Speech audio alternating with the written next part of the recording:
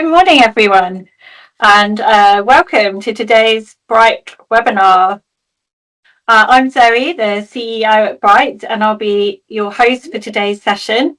We're going to be talking about from chaos to cadence and how you can manage marketing change that sticks. So across our work with marketing leaders, whether it's Informa or ADP or other high growth B2B teams, we're seeing the same challenges coming up again and again. The pace of change is definitely accelerating for everyone, but the ways of working haven't always kept up. So today's session is about what it really takes to move beyond that constant firefighting and short-term fix mode and build the kind of operational foundations that enable your marketing teams to adapt at pace, scale, and lead in what is a fast changing landscape. We've also got to consider the impact of AI, of course, as well as how to make best use of our data and meet the expectations of our senior leadership and businesses. So a little bit about Bright before we get started. We help B2B marketing teams transform how they operate. We help them align strategy, optimize their systems, and embed agility that unlocks performance. We don't just talk transformation, we support teams to design, test, and roll out ways of working that stick and scale as they grow. Is increasingly critical as we enter the next phase of marketing. With AI, data, and MarTech at all of our fingertips, the opportunity is, of course, huge, but only if your workflows, systems, and people are set up to make the most of it. So today's focus, we'll look at why marketing transformation efforts often can lose momentum, how to design workflows that hold up under real-world pressures, and how strong communication can make or break sustainable change. I'd like to just introduce our panel guests today. So I'm really delighted to be joined by two fantastic marketing leaders. First of all, Jazz, who is Global Head of Digital Marketing at Euromonitor. Welcome, Jazz. Lovely to be here. Thanks, Zoe. And also Karan, who is Global Marketing Automation Leader at Securitas Technologies. Bit of a tongue twister. Welcome, Karan. Thank you very much, Zoe. Thank you very well. Love to meet you. Great. Sadly, Amanda Green, who is due to join us today, is unwell, but we're hoping that she'll join us at a future event. And before we get started, just a quick reminder, please do drop any questions you have into the chat. Really happy to take a look at those as we go through our discussions, and we'll leave some time at the end as well to take a look at those. So let's get into it. All right, so our first question today, what's the biggest operational challenge marketing teams are wrestling with right now, and why does it matter for performance? Jazz, would you like to get us started? I mean, it's a big one. Where do we even begin? But I think the biggest challenge, what I've experienced, and I think a lot of people on the call today will have experienced, is the fact that there are so many tools, there's so many platforms, there's all the tech, everyone's talking about AI. We had to bring it up right at the beginning. And it's just understanding where to begin. I think there's so much overwhelm, and just deciding what your approach is going to be takes so long that before you know it, you've spent so much time thinking that you haven't even got to the doing. So that's just my immediate take on that, and I'm sure Karen's got some ideas as well. Yeah, I'd say I definitely second that. I think as Jazz says, there's so much out there in the world, and especially when it comes to things like data. There's so much data out there, and everyone keeps talking about pulling analysis and using the data, and it can sometimes be a little bit overwhelming. And especially when you then throw AI into the mix, you've got certain competitors that are using AI to analyze their data better than others, and that's where a lot of the challenges come. Businesses want to do more, they need to do more to stay competitive, but everyone is constantly swamped. You can't just go and hire loads more heads. So the people that the business does have need to operate more efficiently, more effectively. And I think, the topics that we're going to cover in this webinar are very kind of important and definitely will help some of you guys understand how you can do that better. Absolutely. I think that's really important.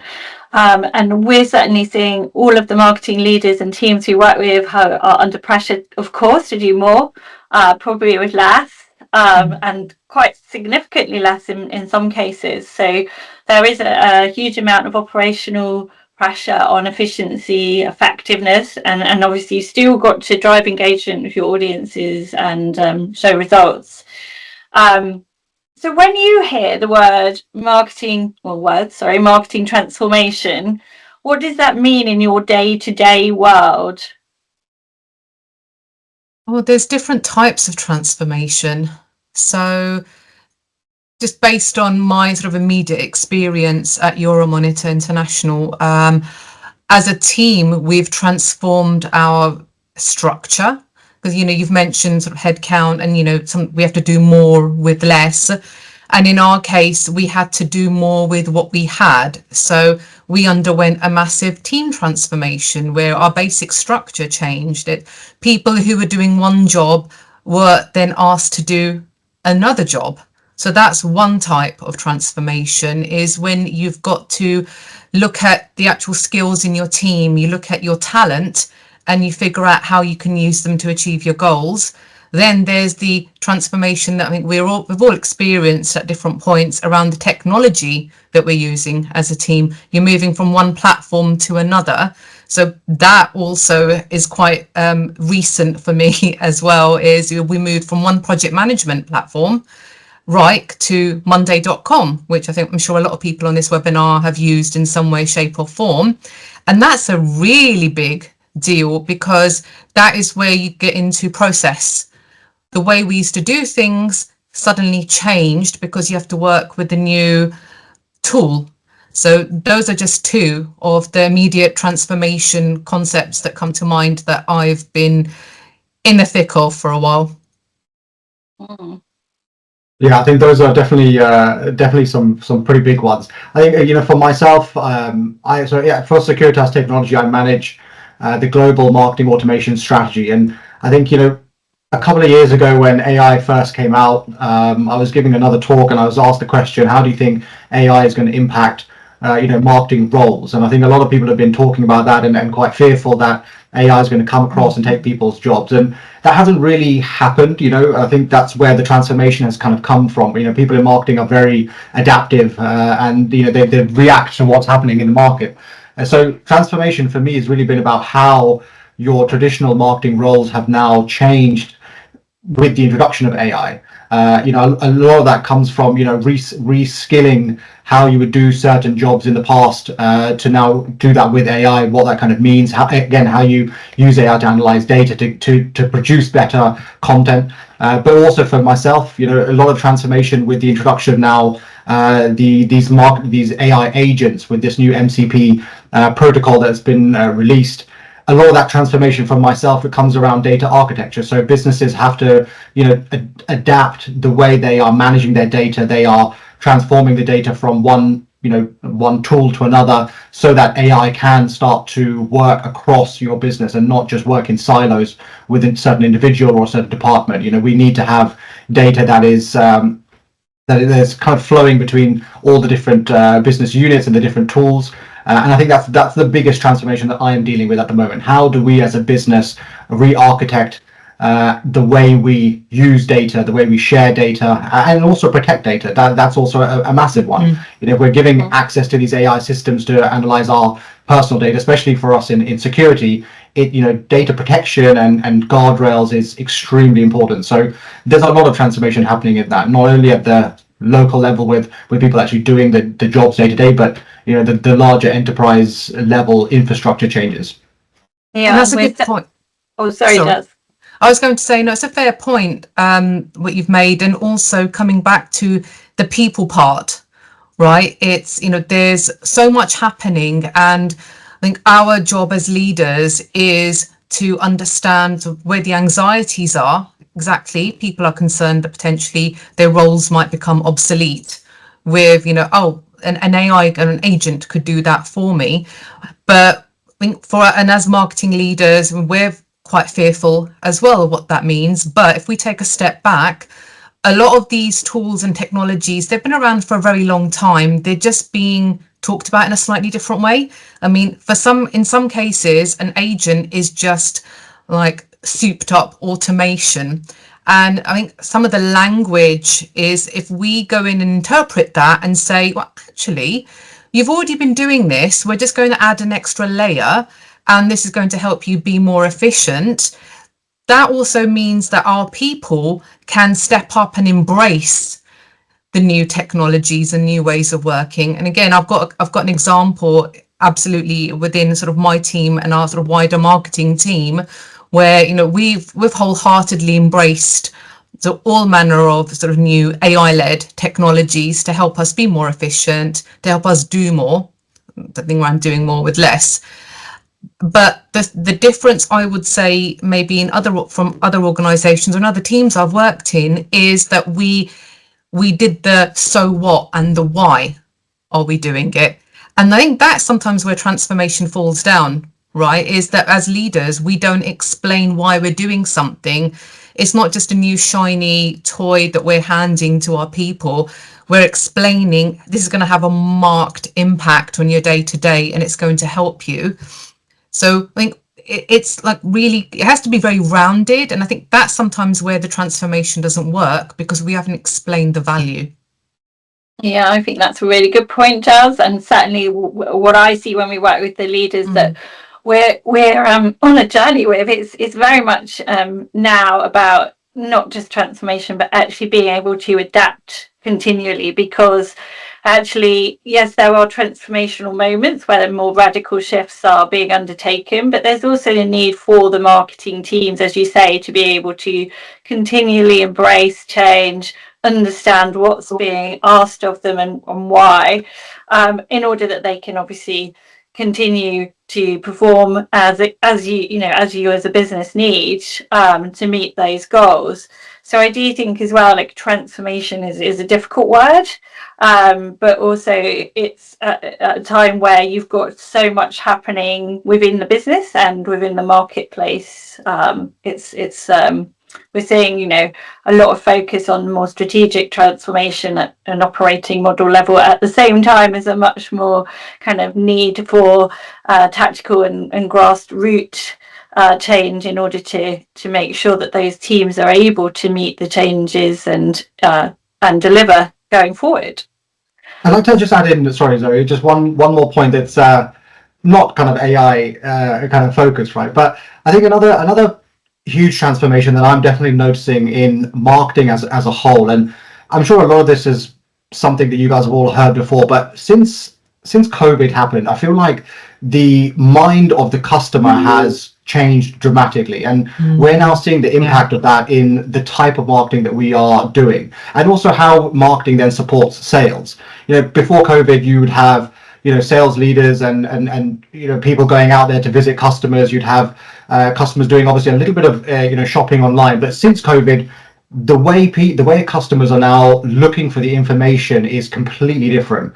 They are doing a lot more of their searches before they enter our funnel, which we kind of call, like, I guess you call it the dark funnel, right? They will go and find their information. So we as marketeers now have to really adapt our tactics to the more intelligent, more research savvy customer. And how do we do that? How do we provide the right information at the right channel at the right time? A lot of that stuff is quite transformational. It is changing. So and then you start to mix in all the stuff with AI, like, it does become very different. So that's a huge transformation that I'm seeing in marketing at the moment. How we are supporting sales, how the customer mindset has changed, and the types of content and channels we're using to get people into our funnel.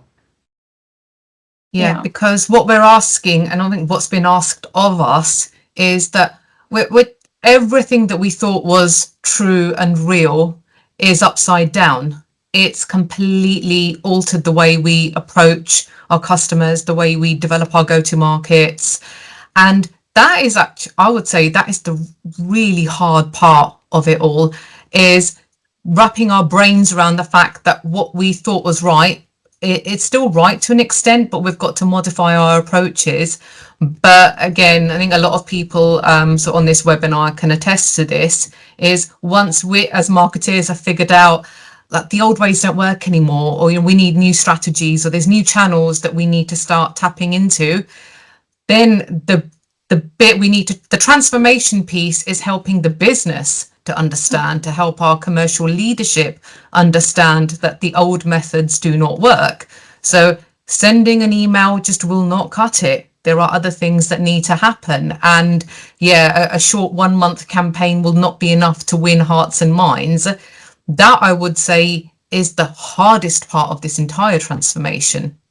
That's a very good point. And I think, it does go back as well to who owns the customer in the business. And, marketing has to step up, I think, and take more ownership of that, as you say, in order to make sure that you're able to guide and work with the leadership and the other cross-functional teams that you need to work alongside to be successful with these new channels, different buyer profiles, and actually, moving to a more account-based approach in B2B, in order to really make inroads into those accounts, because, it's not just about one person, is it? And, No.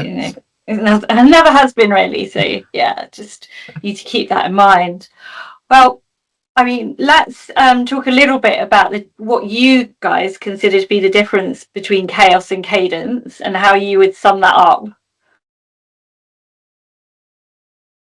Go on. Okay. Go on.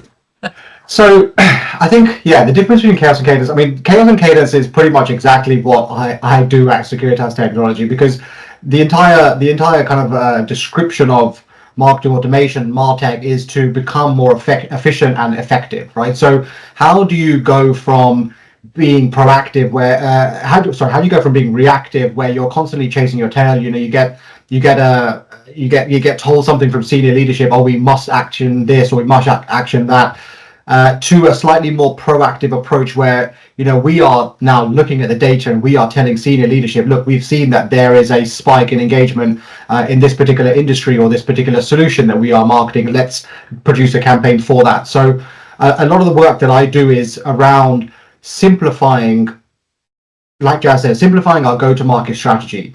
One prime example that we can get into a little bit later on, that I recently introduced, was a much more advanced but much more simple lead nurture program.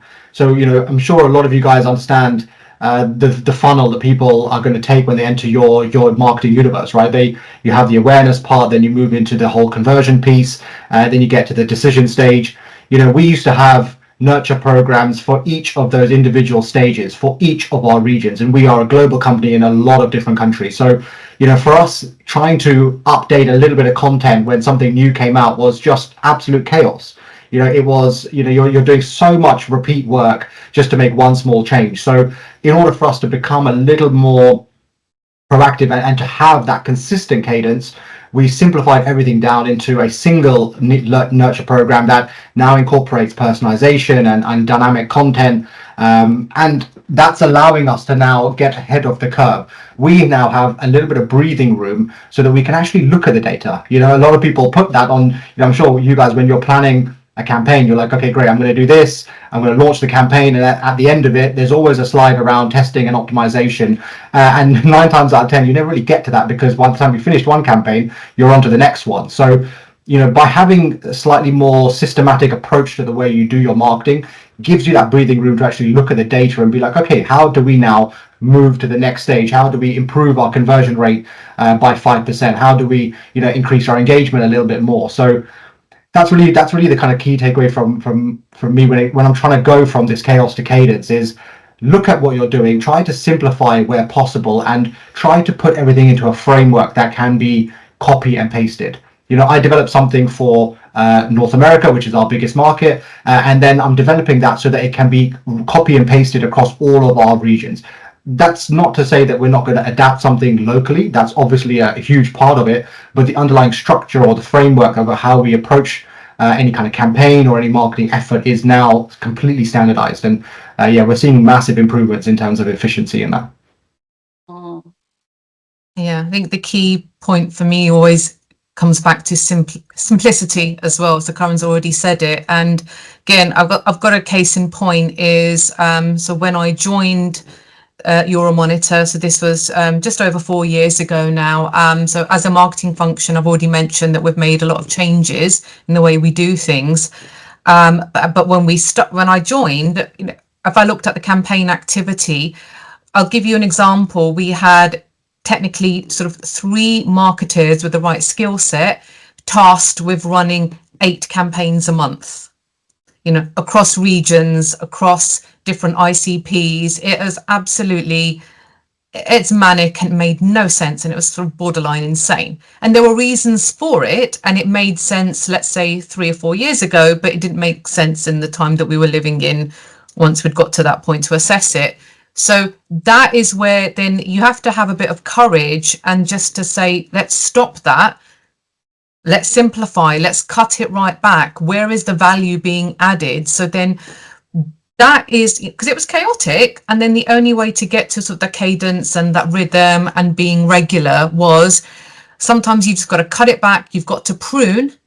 But that requires a level of courage, right? Because the fear for us as marketers is if we do that, then we might be challenged on what our role is here, right? And sales might turn around and say, well, you've turned off the leads. What are we going to do? This was generating good quality leads for us, but then once you've investigated they weren't really that good to begin with. So I think a lot of this, if you want, you know, if you're in that sort of chaos and you're in like maybe into the eye of the storm, sometimes what you've got to do is just to sit back and say, maybe we just stop or dial it right back to look at the data, look at where the value is. Is this actually doing what we expect it to do? Again, it's easy enough for us to say this because sometimes the pressure to do is intense.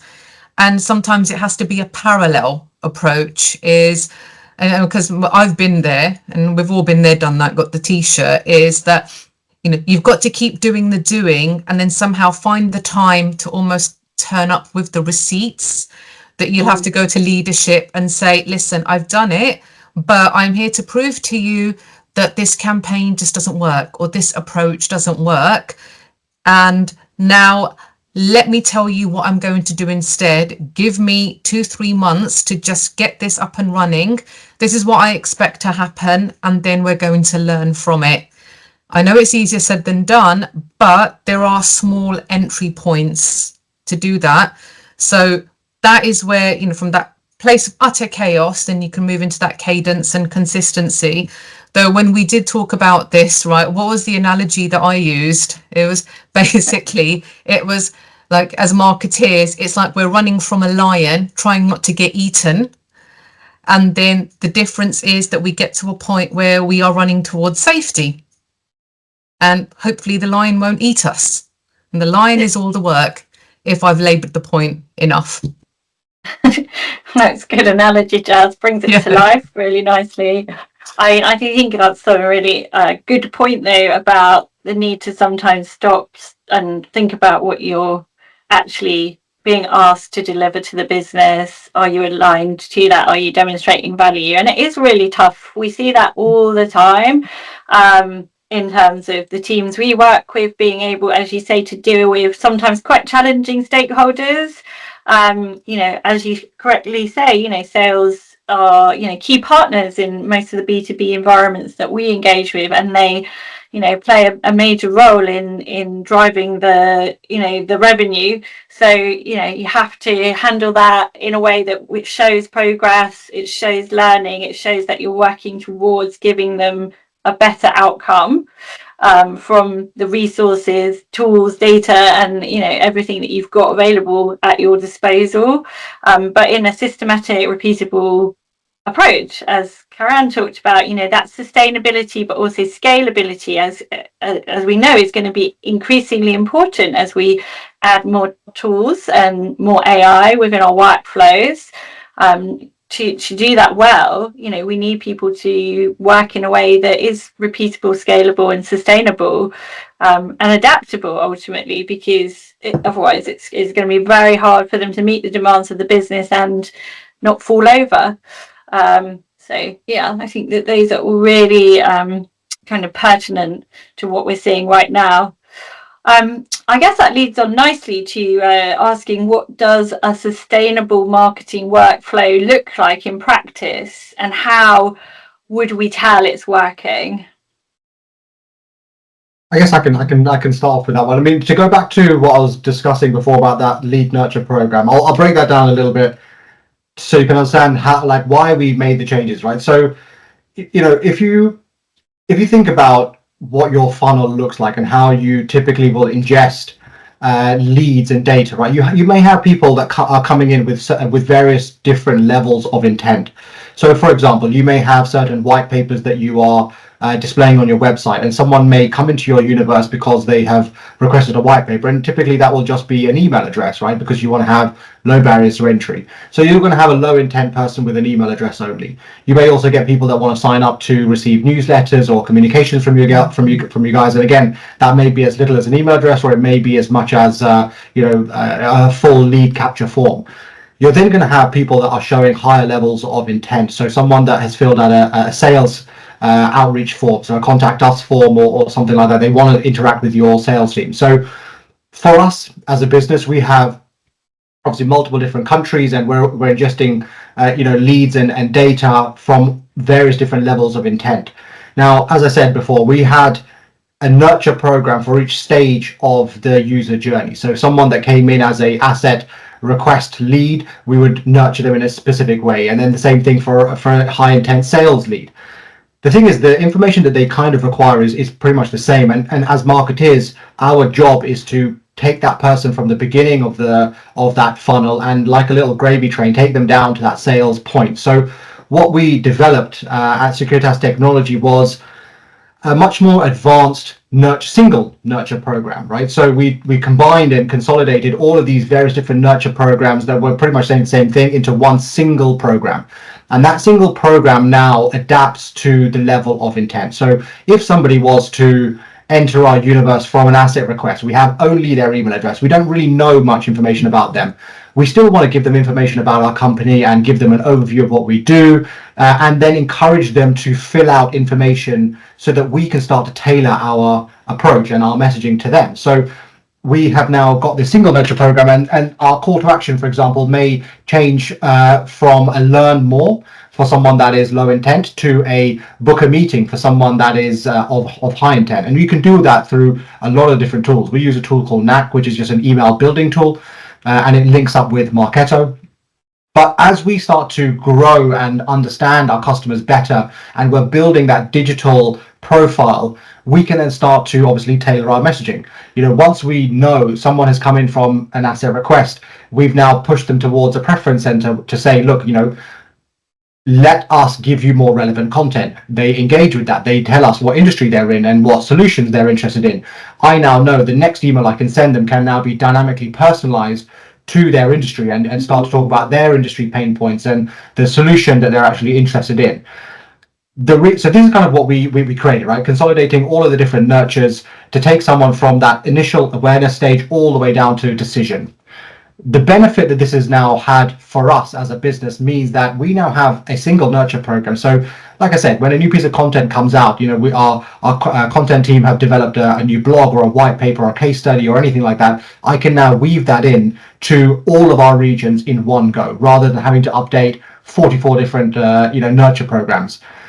So that's now operating. And then Zoe asked the question, how do you actually then tell if something like that is working, right? And that's then the next part. So by doing all of this sort of stuff, I think we really also, as like kind of going back to what Jazz said, we simplified everything down to understand what is the actual KPI. What is it that the business actually wants?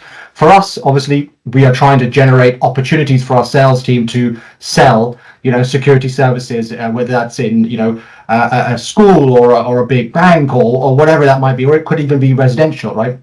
So our key our key KPI for marketing was to generate opportunities. So everything that I'm now doing in terms of tracking the performance of that nurture is how many opportunities has it generated, and where was the opportunity generated. So if I've now got a nurture program that is 17 emails long and it's going to last anywhere between 3 months to 12 months, depending on the size of the business, I want to know, did an opportunity get created after email 2? And then if that's the case, what content have I been putting into email 2 that is creating that opportunity conversion point? So that's the sort of insight that we now have the breathing room to look at, because we're now not constantly chasing our tails, being like, okay, we need to update this content, or this email footer is out of date, or this is out of date. We've now set this nurture live. It's constantly running. It's constantly adapting to whatever type of person comes in, depending on regardless of their level of intent. We now look at the data, and I'm constantly moving emails around to understand, for B2B clients, for a large global organization, they may have a higher understanding of security. So they may want a little bit more detailed information up front versus a residential client at the start of his journey. He's just doing a little bit of research. They may want a little bit more company overview and things like that. So that's where we are now starting to really understand the performance. And we are seeing it like an exponential increase in the engagement rates, and also the ability for us to give people the content that they actually want now. Fascinating. Very, very interesting. And clearly, that has driven a lot of change in what your marketing team will spend their time on in future, Karan.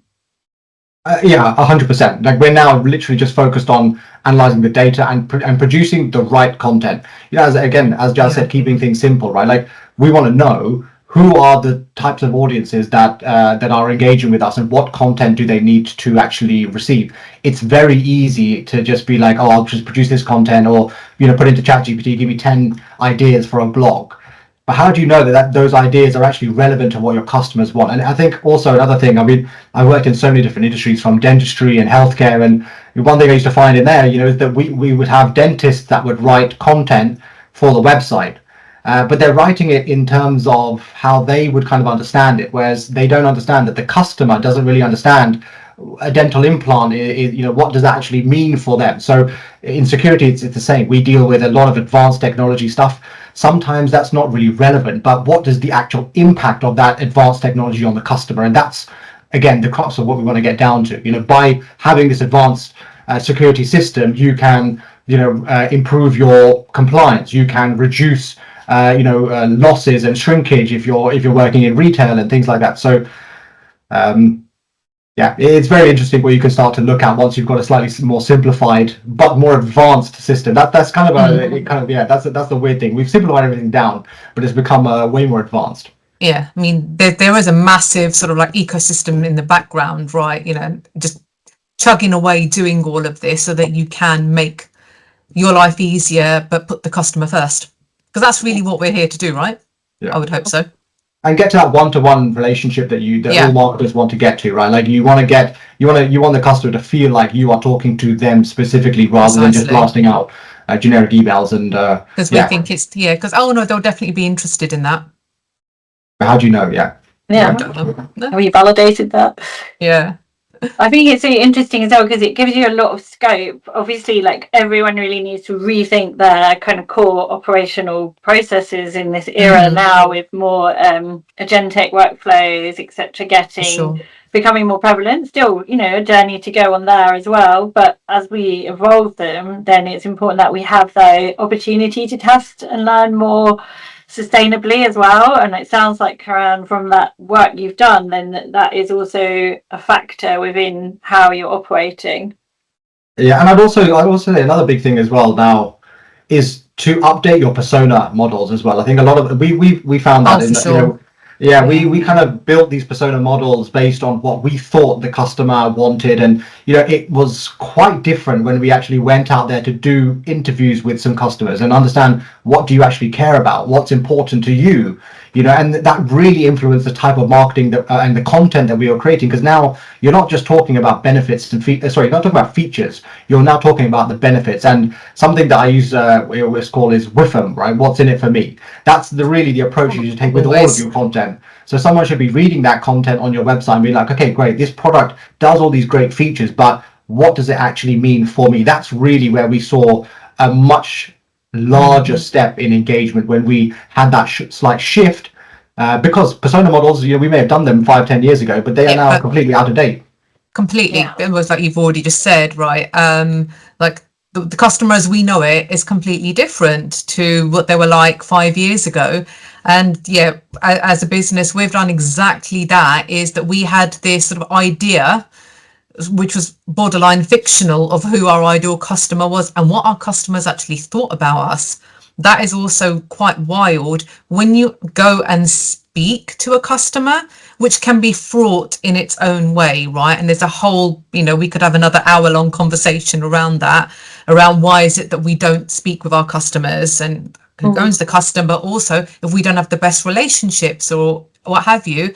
And then when they tell us, well, we don't think about you that way, this is what we think you do, and you go, so we've been producing all of this content that talks maybe about these features, and maybe it talks about benefits, but they were looking at it going, this is absolutely pointless, I don't know why this has been sent to me. So again, transforming your basic, your operating model at the most basic level, that, and also it comes back to, it requires time.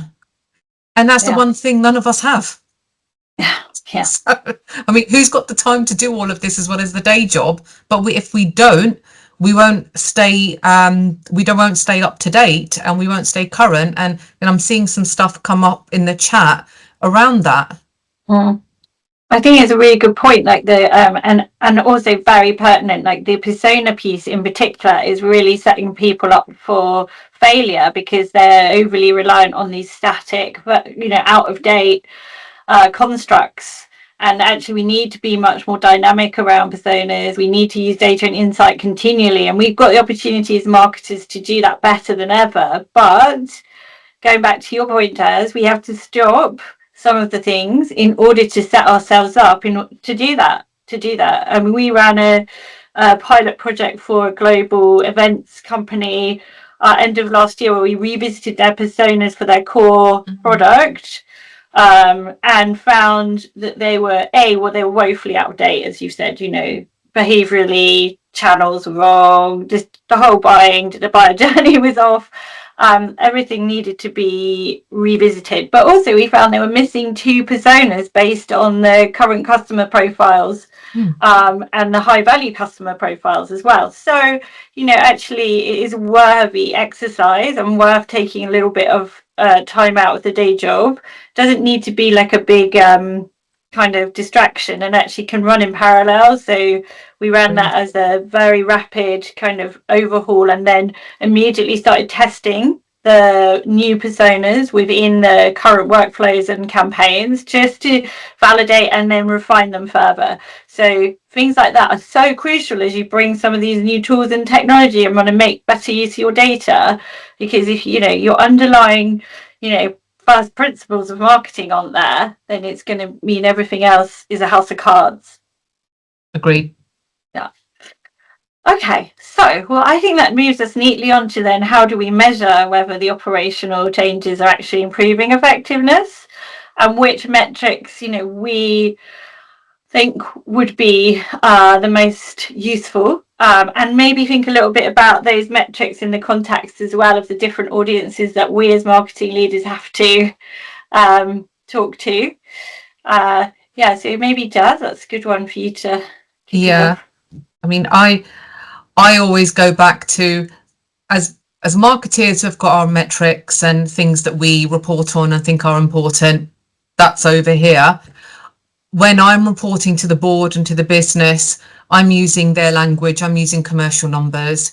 It comes down to pipeline, it comes down to opportunity, provided, of course, that we can effectively show marketing's contribution.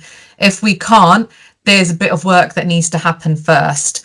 I mean, I try to avoid any kind of what I would consider vanity metrics or any language that leadership who aren't in marketing simply won't understand. It's verging on pointless. So it would always be, how have we added to the bottom line, and that will vary for each organization, right? And this is maybe where we sometimes fall down as marketeers. What worked in one job won't always work in another role. Yeah. I think that's good advice. Karen, any thoughts on measures?